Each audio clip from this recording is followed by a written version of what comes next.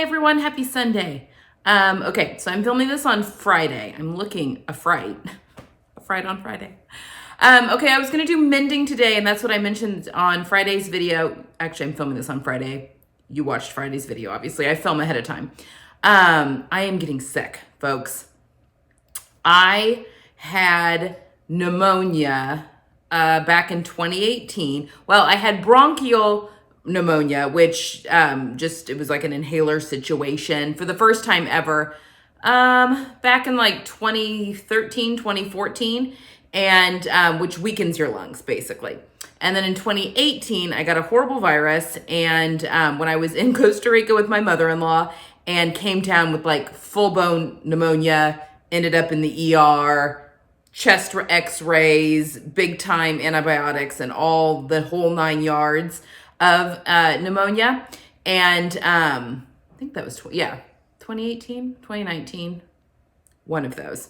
Anyway, so I'm very cautious when I can feel things settling in my chest, because I have lung scarring from that situation, and I can feel something settling in my chest. Now, this could be that we've got drywall stuff going on in the basement that's just aggravating my respiratory system. That could totally be it. But yesterday I was feeling run down, a little bit of achy. I haven't run a fever or anything.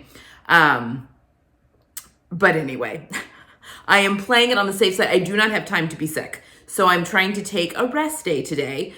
We had a repairman came in for our dryer and got it working just enough until the part comes in. Trying to figure out what's going on there. And then the dishwasher guy also came in today and has no idea what's happening there. So we could be getting a brand new dishwasher again. But so no mending is going to happen today just because I need a rest day. And my plan is to film a little bit today and then edit it and upload it tomorrow. And then that shouldn't be too taxing, because I will say there is a ton of stuff going on behind the scenes right now with Tomcat Stitchery, which is all great. And you will be seeing all of it, I think, or knowing a lot more end of end of February, beginning of March.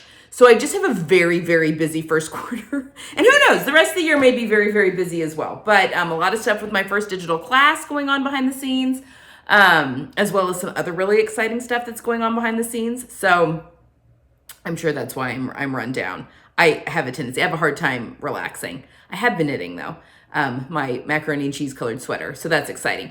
But I had a couple of thoughts I wanted to share. And I wanted to show you an impromptu fabric haul. I bought 2 pieces of fabric from the Cloth Edit, and I wanted to show you. I also have here, just out of shot, well, kind of out of shot, it's still wrapped up, a projector.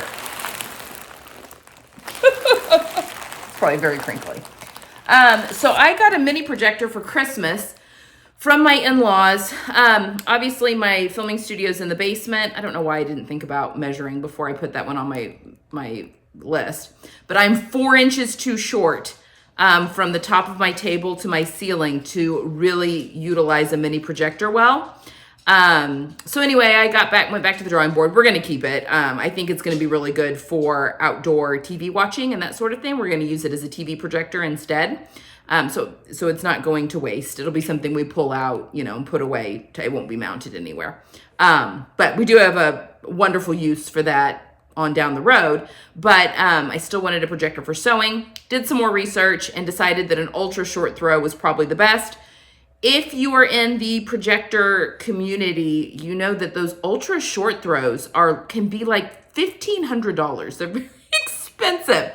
But the sewing projector for sewing website, it's got the Facebook group that I have joined on there, has an eBay seller that they really love. And so I got on eBay, and I guess it's the Epson 5 something. I can't remember off the top of my head.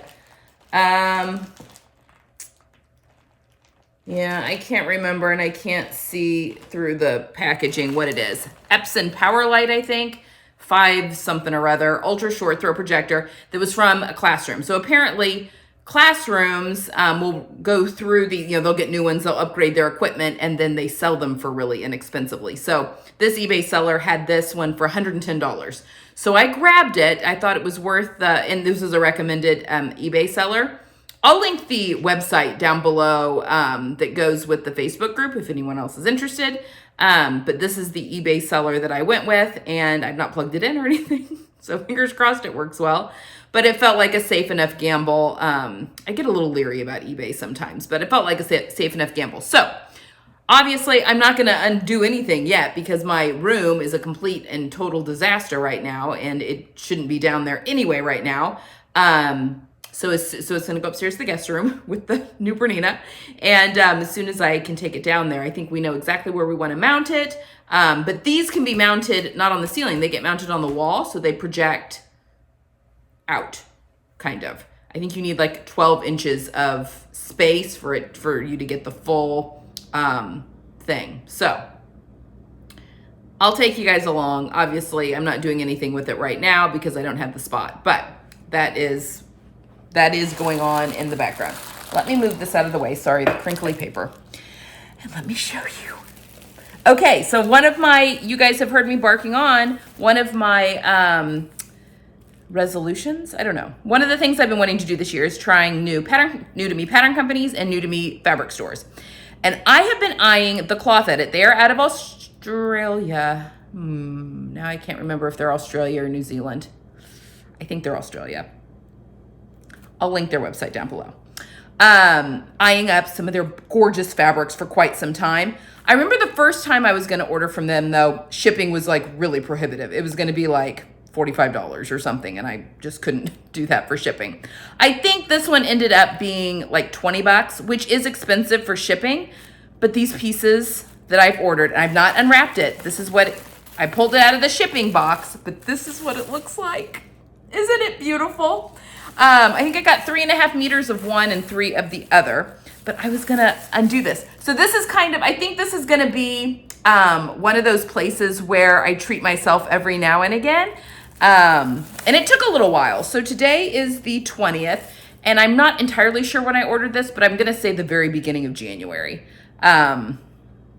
Maybe the very ending of December, which obviously, with the holidays and stuff like that, their shipping times may have been a little bit longer than normal, but it did take a couple weeks to get here. It went Australian. It must be from Australia, because I think it went Australia Post to, flew to the U.S. and then came to me USPS.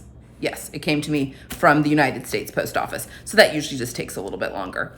But let's open this up and see what we've got. It's so pretty. I'm totally saving this ribbon because it is gorgeous. All right. So the Cloth Edit.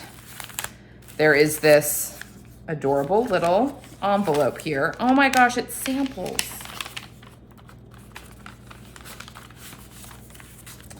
Okay, well, this is exciting. Okay, so we've got the receipt in here. So yes, I bought 3.5 of the Prelude Papaya and 3 of the Positano? Yes, so 3, and they're all in meters. And these are both, well, the Positano?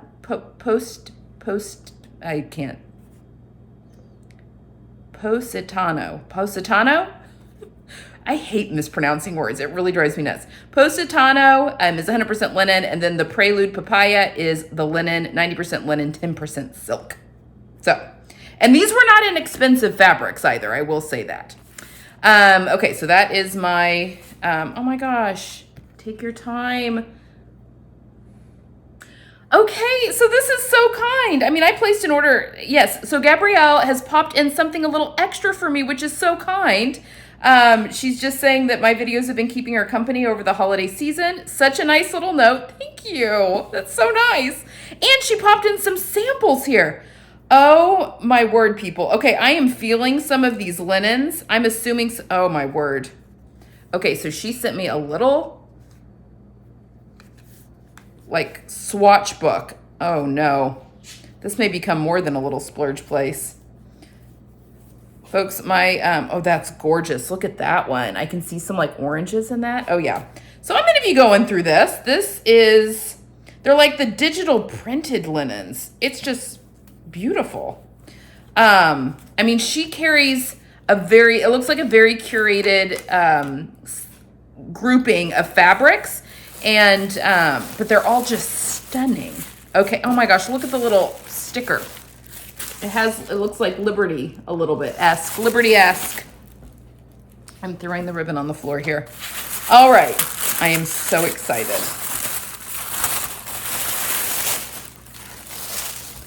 First of all, everything is packaged just beautifully in tissue paper.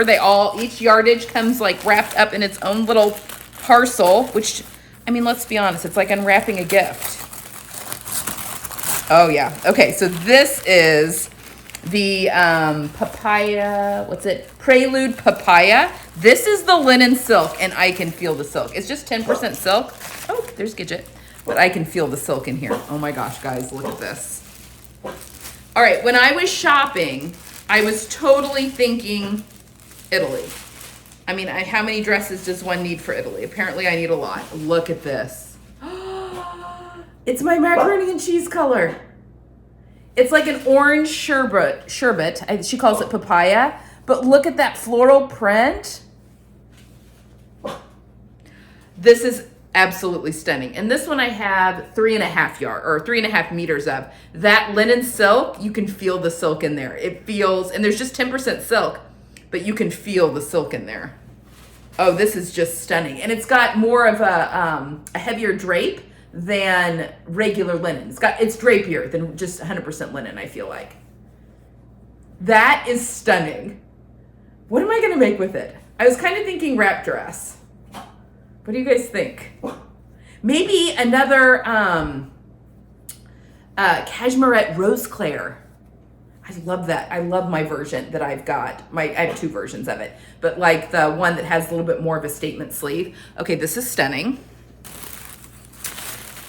And then this one is the 3 meters, I think, of the, yeah, this one is so fun. I've got 3 meters of this, and this is this one I think they sold out of, because I remember looking at this before in the past.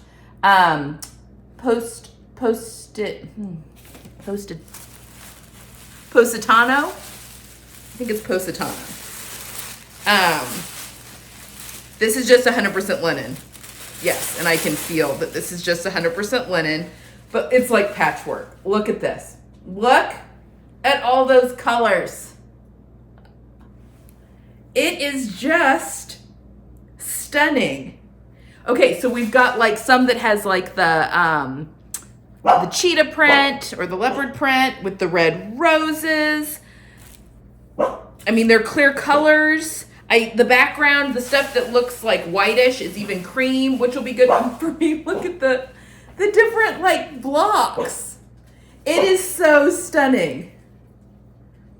This is stunning. Like, this is a special fabric. I'm really glad I bought this. These are the types of fabrics that you don't buy and then they keep you up at night. Or is that just me? Look at this, stunning. Okay. I mean, this is going to be an Italy dress as well, especially in the linen for Rome in end of May, beginning of June. Oh, look at this one.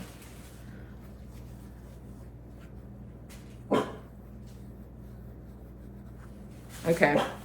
This is stunning. This is everything I hoped it would be and more.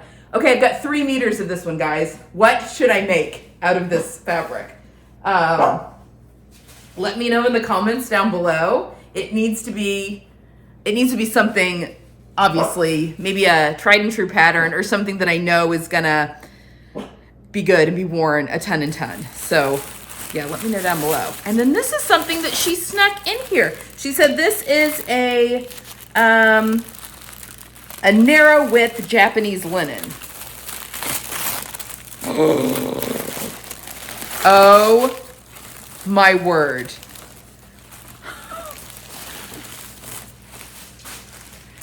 This is absolutely stunning.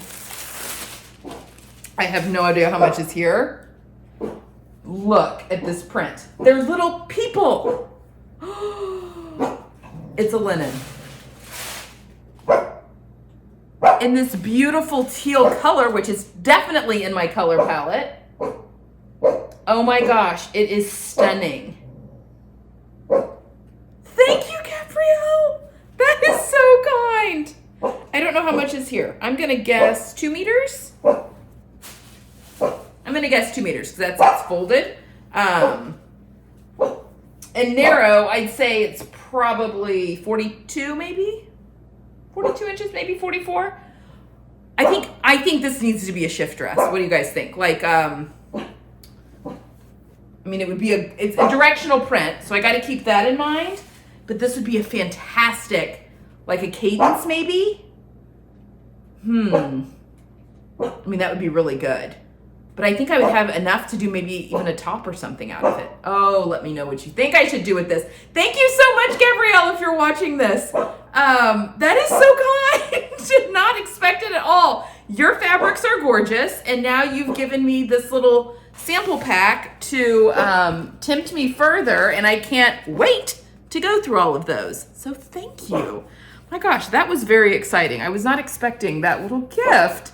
Well, I'm feeling better already. What doesn't make, fabric can't make everything better. Let me let the dog out real quick because I do have some thoughts. Okay, Gidget was just being a dog.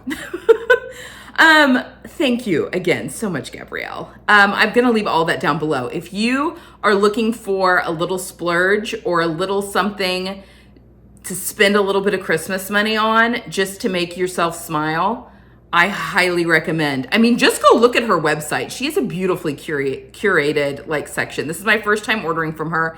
I will be doing it again.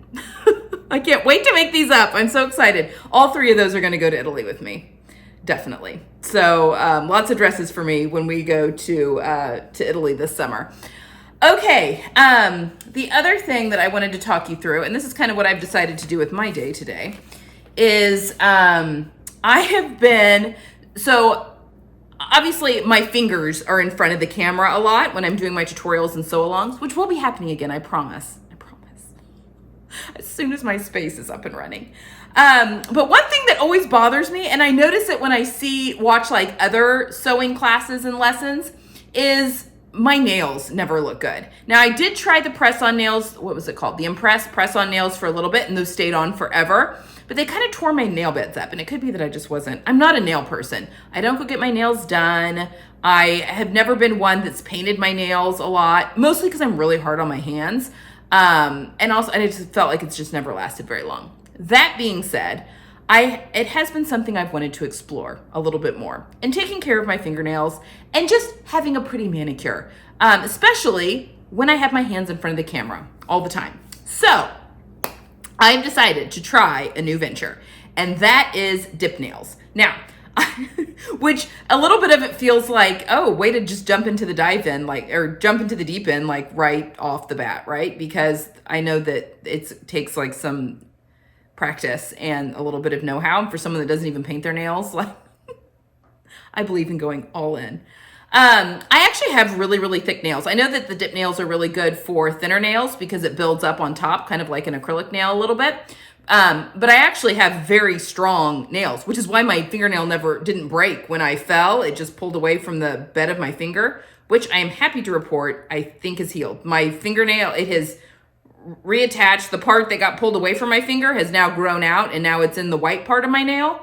And I mean, my finger looks nice and pink and happy and everything else. Oh, sorry. Let me let the dog back in. So I didn't really need dip nails for nail strength. But I do need it because I'm very hard on my hands. And I thought that this was probably the best option and going to be the best chance that I was going to have at having a manicure stay on my nails longer than 2 days. So, because, I have my hands in steam a lot. I'm just very hard on my hands. They work hard. They work hard, folks. So I decided with some Christmas money over the Christmas season I totally got influenced by Instagram, but to try out Nail Boo. And it is a dip kit. So it came with, let's see, it came with, you put on like your base, and it's like 1, 2, and 3 with the polishes. Your base for the dip powder, and there's a base dip powder, build powder. And then you put on, well, I think you put the base on. Yeah, you put the base on before you do each layer of powder, colored powder. And then the activator goes on after the powder. And then you do maybe then another, I don't know. I need to look at the directions. But anyway, it's a 3-step process, and there's a top coat that's here. But they also have I went all in on this because I was worried about getting it off. So I bought the removal set, which is the acetone, and it came with the little clip-on things, that you put on your fingernail that you get at a salon. But it also came with this little bath that you put, I think, warm water, and then you put the acetone in here, and then the hot water with the acetone is supposed to melt off the dip without hurting your natural nail. I think that's where I've messed up in the past, is not taking it off properly. Oh my gosh, Gidget. And then a little brush to help get things off your nails. Anyway, I went a little hog wild with colors and bought a lot of the colors. Yeah, and they're a little different in the tub, I think, than what they look like on your actual nail, because I was buying off the pictures like online. And then what I could tell watching other people do it, it gets a little darker and richer once it's on your nail and once all the activator and stuff's been put on. So anyway, I joined the Facebook group and was reading through a lot of people, they've got, it's like a support Facebook group, just like with our patterns support groups and all that kind of stuff. Just trying to figure out what I'm doing and if I'm going to be able to do this.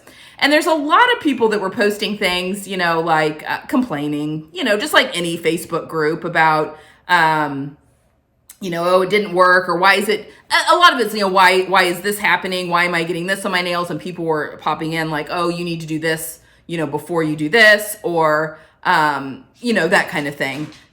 Giving people helpful critiques on how they could improve or not get whatever it was again. So, but then you have a lot of people like, oh, I'm sending it back, or even a few people that had posted, waiting for my order to arrive, but after reading all of these comments, I've decided it's too hard and I've canceled my order. Gidget,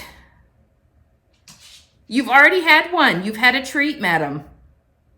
She's being very, very needy today. It's very gray outside and cold and spitting stuff, and she's not happy about that.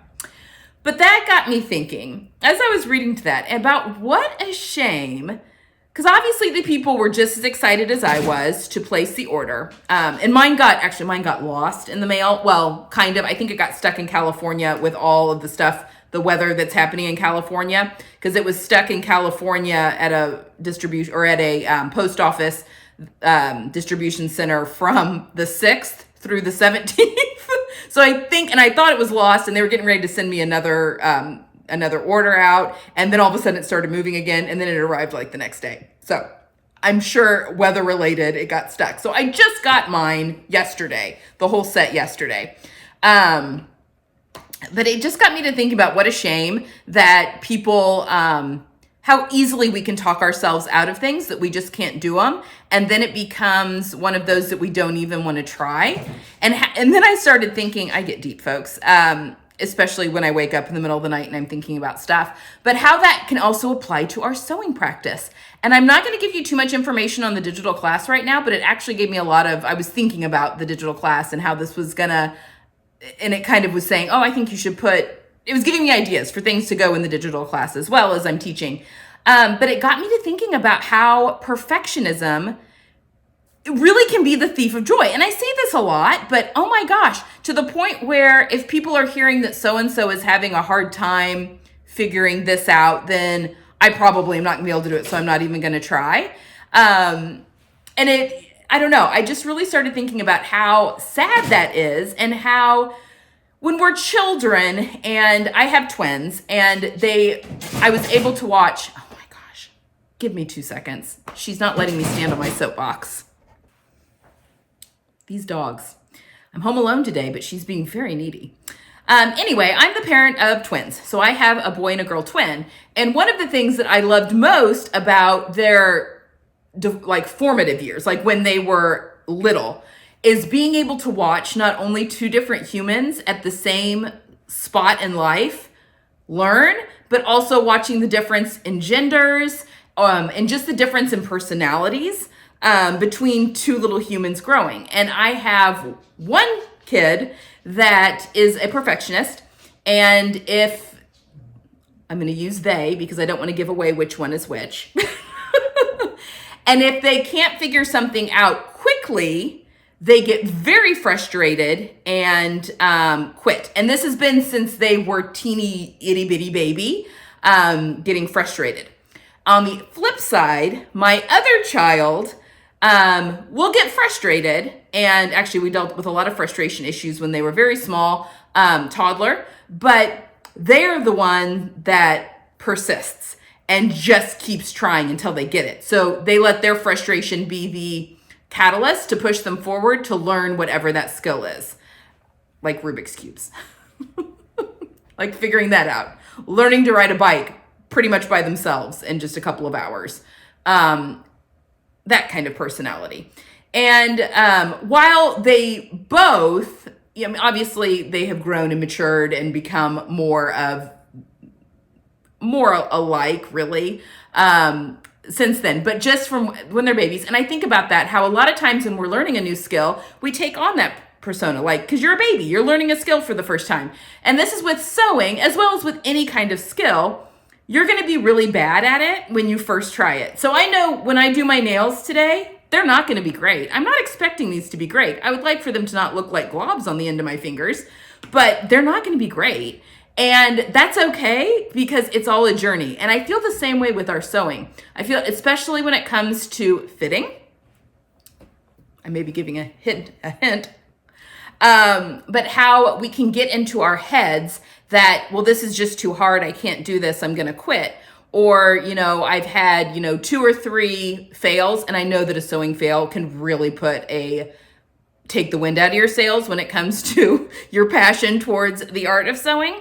But just letting that steal the joy and not taking the journey in as part of the process, that this is a part of learning and that we should be celebrating all of the stages, not just, I can do this really, really well. Because, people come up to me, friends that don't sew, and they'll be like, you are just amazing. I can't believe you can do that. And while, I've had a lot of practice, but it's a learned skill. Sewing is a learned skill. I was not born with anything different than anyone else. It is just something I've practiced a lot and gotten good at.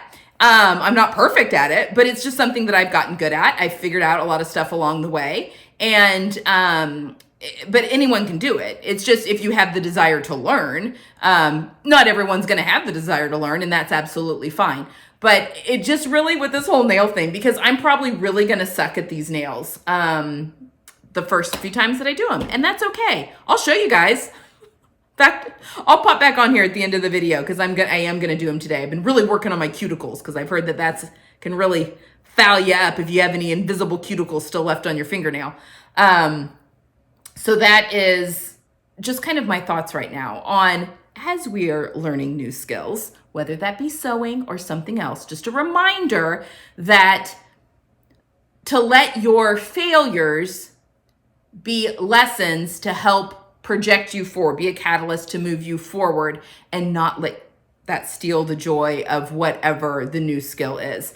Because you really do have to stink at something before you can become an expert at something. No one was born an expert at anything. Even a savant, even someone that was a child prodigy had to start at the beginning. So anyway, those are my life lessons for today. Sundays are just going to become Deep Thoughts with Whitney. Anyway, I was just thinking about that and just, again, felt like maybe that was something that someone needed to hear. I had tons of comments on last week's video when I was talking about being thankful and gratitude, and I've really been working at practicing that. But then this came to me as well as I was basically going through and learning how to do my nails. So stay tuned on the nail journey. But for now, go out there, make a lot of mistakes. Buy the beautiful fabric. Definitely go take a look at Cloth Edit. You're going to just drool all over your keyboard of your computer. Buy the nice fabric, though. I mean, maybe you don't want to try a brand new pattern for the very first time in the expensive fabric, but don't save it. Don't hoard it. find a pattern, make it up a couple of times, wear it, decide where you think you need to do some adjustments or maybe some techniques you need to practice a little bit more until you're comfortable, and then make up that beautiful fabric, because by golly, life is too short and we need to be wearing the beautiful fabric. And also, leave me down below what you think I should make with my beautiful fabric, because I am really itching to get back into my sewing room. I have a couple more things that are things I have to sew for reasons you don't know yet. But then there's going to be a big push, probably in March, of me starting to make up stuff for this trip, and then also just for the spring and summer. Obviously, I'll be wearing all the stuff for spring and summer as well. So a big push for that kind of sewing. Okay, I think that's it. I'm going to say goodbye right now, but if I do, I will come back on. I think I am going to try and do my nails now. So I will come back on and show you the end result. But until then, I hope you have enjoyed this very random, rambly video, and I'll see you guys again on Tuesday for more than normal content. Bye, guys.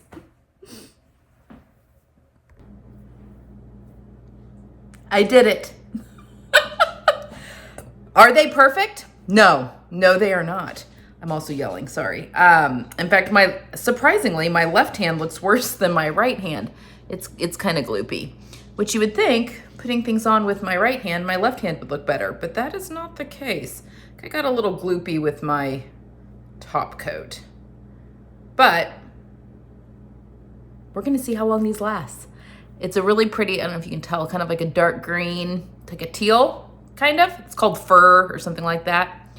Feeling really good about it. We're gonna see how long it lasts. So see, first time, it is not perfect, but I did it.